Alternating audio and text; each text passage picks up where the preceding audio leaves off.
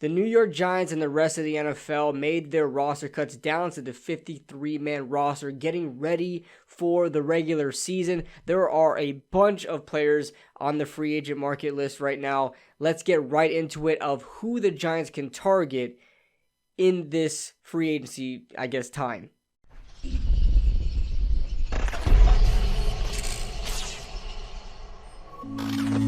So basically what I want to do is go over, I went through every single cut list, every single team's cut list, and went through all the free agents to see who would be the best options to target to bring to this 53-man roster. Now, I want to quickly note that this isn't just like sleeper guys, like guys that, hey, I think I like this guy in college, but he went undrafted. The Giants won't go after guys that are like not proven to bring onto this 53-man roster and be a part of the team, because they would have just kept the guys that they already had that were undrafted free agents, things like that. You want guys that are experienced, that have played, and also a bit younger. This is a rebuilding team. So I came up with a couple of names here. I really focused on like 4 key positions. I'm not like all over the place with like wide receivers, quarterbacks. We're talking about the positions that the Giants need the most. And to me, that is tight end, offensive tackle, cornerback, and safety. So I got a couple names we're going to go over, but before we start, guys, make sure you guys hit that like button and subscribe if you guys are new to the channel and enjoying what you're seeing. And also, this video was sponsored by Manscaped, who is the best in men's below the waist grooming. Make sure you guys use the promo code KB27 for 20% off plus free shipping on your next order. Guys, use Manscaped. They have great products, from boxers to razors to freaking ball deodorants and stuff like that. I mean, they're great, guys. They're great. Make sure you guys use promo code KB27 on your next order with manscaped.com. So that being said, let's talk about these players. Up first, we have O.J. Howard. This was the biggest name that I guess Giants fans were really gravitating to once these cuts went down, was O.J. Howard. You guys remember 2017? He was the guy that everybody wanted the Giants to draft, right? If the Giants were going to go tight end, they wanted it to be O.J. Howard. And of course, we got Evan Ingram instead. Like, we knew we were going to go tight end. That was a big tight end class. That was Njoku. That was Evan Ingram. That was O.J. Howard. I think even George Kittle was in that list as well, but all the way down like the 5th round. All right, there was a lot of guys in that class for tight end. So that being said, O.J. Howard has had a decent career. He's never really separated himself from the rest as far as that tight end room goes. They had Gronk and Cameron Brate, just to say a few. Like, Cameron Brate might go down in the Tampa Bay Buccaneers Hall of Fame, or like with Ring of Honor, whatever they have. And Gronkowski is just Gronkowski. So he was never able to separate himself in there. They had a couple other tight ends in the rotation too throughout the years while he was there. He never really was able to live up to that first round value. He finished his career so far in his career, 119 receptions, like just over 1,750 yards, and I believe 15 touchdowns.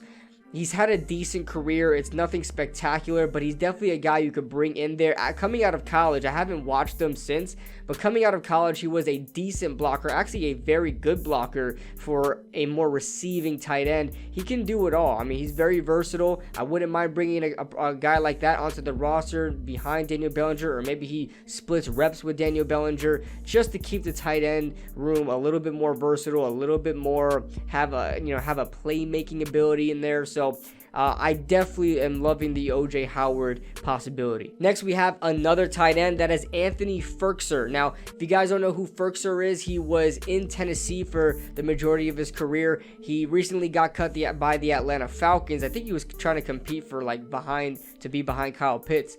But Anthony Ferguson is not a bad option as well. He's a guy that's always kind of played second or third fiddle in the tight end room, always stuck onto the roster that way, and actually has had decent numbers throughout his career. You guys can see him below. Decent numbers throughout his career. Not bad at all for a depth tight end. And I also want to note that he played over Tanner Hudson last year for the Tennessee Titans. So listen, if Tanner Hudson is on the roster, there's no reason why a guy like Anthony Ferguson shouldn't be on the roster.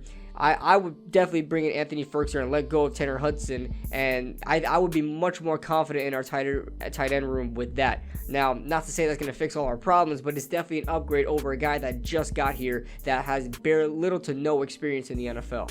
Up first, I'm going to start off with probably my least favorite, and that is Alex Leatherwood. He recently got cut. He was a former first-round pick just last year out of Alabama. Probably one of the worst Alabama tackles to come out in a very long time. He was never really that good coming out of college, but he's from Alabama. He drafted in the first round. He more so fits a guard role. He's more of a heavier set, not as agile on the sideline game.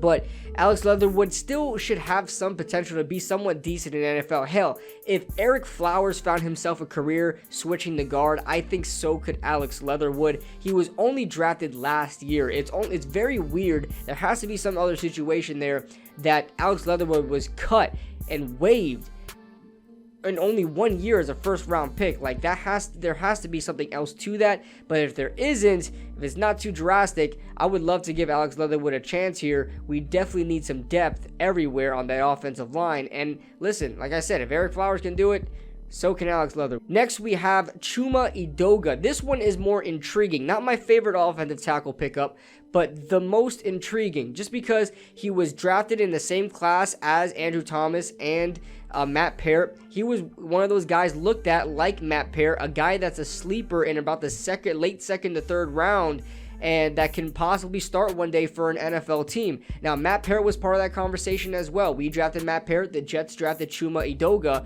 and it doesn't seem like it worked out for either of the teams and either of the players.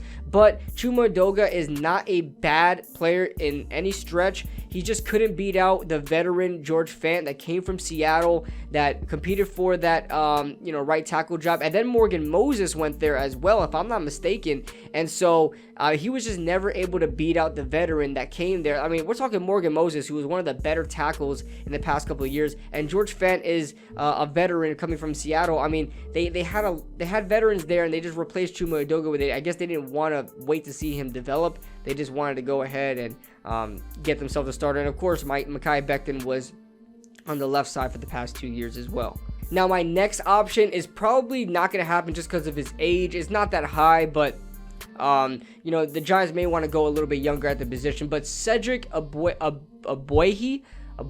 Cedric Abuhabi is a former first-round pick from the Cincinnati Bengals in 2015. He started 30 of 60 games in his career. Actually had a pretty decent career. Was cut by I believe the Houston Texans. And honestly, he would be a really good option. Probably I would be the most confident in Cedric Abuhabi more than any other prospect to be a swing tackle, because he's been a very experienced tackle in the NFL. Like I said, played 60 games, started 30 of them, and not a bad starter by any means. Was drafted in the first round, played for a couple of teams. I would definitely be okay and be confident with him being a swing tackle to kind of help Evan Neal, help Andrew Thomas, and if they were to go down, at least we have a veteran in there that has done it before. Next up, let's talk about the secondary. Now, I've only got one cornerback on this list. We can definitely go through a bunch of cornerbacks. There are a bunch of guys that got cut and released that have experience. Guys like Ross Cockrell, Isaac Yiadom. But these guys have been Giants before. It's not likely that they're going to come back here and beat Giants again, and the Giants are just going to, bring them back in. I know it's a different regime and everything, but I just don't see it happening. And obviously, you guys probably don't want to hear the names Ross Cockrell and Isaac Yiadom anyway. So one name I have for you guys is Darryl Williams. He's been an experienced cornerback in the league. You guys know him from Carolina. I think he played most recently with Baltimore. He played with Dallas as well. He played for a couple of teams, and honestly is not a bad starter. I believe has 4 or 5 picks in his career. Only has about 5 years of NFL experience. Former third-round pick from Carolina. So he's not a bad starter at all. I really want to see a guy. I think he plays on the outside. He's 6'1", 215 or something like that. So I'm pretty sure he plays on the outside. And listen, he does not need to start over Aaron Robinson. Honestly, if I bring him in here, he's probably going to start over Aaron Robinson. But I know a lot of people are freaking Aaron Robinson stands out there and just want to see the guy develop. And I understand that. That's fine. But this guy is definitely a good option to rotate in there, to split reps with Aaron Robinson, because there is no freaking way anybody can tell me they want Aaron Robinson to start 100% of the snaps, or even freaking like 90 or 80% of the snaps. I am definitely going to be splitting reps with a veteran cornerback in there for Aaron Robinson. I'm gonna let him develop, but he is not going to take all the playing time with that number 2 boundary corner. A veteran's going to come in here and he's going to split reps with them. I think Darryl Williams would probably be the best option. He's only 27 years old, so he's not old. He's not that old, and he's an experienced veteran, has had success in the league, and yeah, I'm definitely open to that. Next, we have the safety positions. I have 2 names, my last 2 names on this list. It's my first one is Tony Jefferson. This one probably makes the most sense out of all the names I brought in here, because Tony Jefferson has a big connection with Wink Martindale. The Giants only kept 3 safeties in here, so that to me tells me they are going to get a free agent safety in here, and this connection just makes the most sense. A lot of people are talking about cap issues, talking about money. I don't think Tony Jefferson's going to be wanting a lot of money. If he just got cut right before the beginning of the season, these guys don't want to miss the season. They want to be on an NFL team. They're going to take what they can get. Hopefully his relationship with Wink Martindale can get him here, but he's only 29 years old. He's been with Wink for a couple of years, has been one of the better safeties in the league. Not like top notch, but has been one of the better safeties in the league, and that's going back with his time with Arizona. And to me, yeah, it makes the most sense. I like Tony Jefferson to get a shot over here with the Giants secondary. And my last name I'm going to bring up is Will Parks, safety. He was recently cut by the Jets. There's a lot of good secondary players with the Jets that they had to cut, so a lot of talent coming from that Jets secondary. But Will Parks adds a value in the secondary and also in special teams returning game. He's the guy that returned that crazy kick for Denver a couple of years ago. I believe that was 2016, give or take. He provides special teams value, which the Giants clearly are trying to prioritize here or emphasize here with keeping 7 interior inside linebackers. But Will Parks is a good option there if they don't hit on Tony Jefferson. He's a guy you can bring in and honestly be confident in being your 3rd, 4th safety on there to come in every once in a while and also play special teams. I wouldn't mind bringing a guy like Will Parks in here either.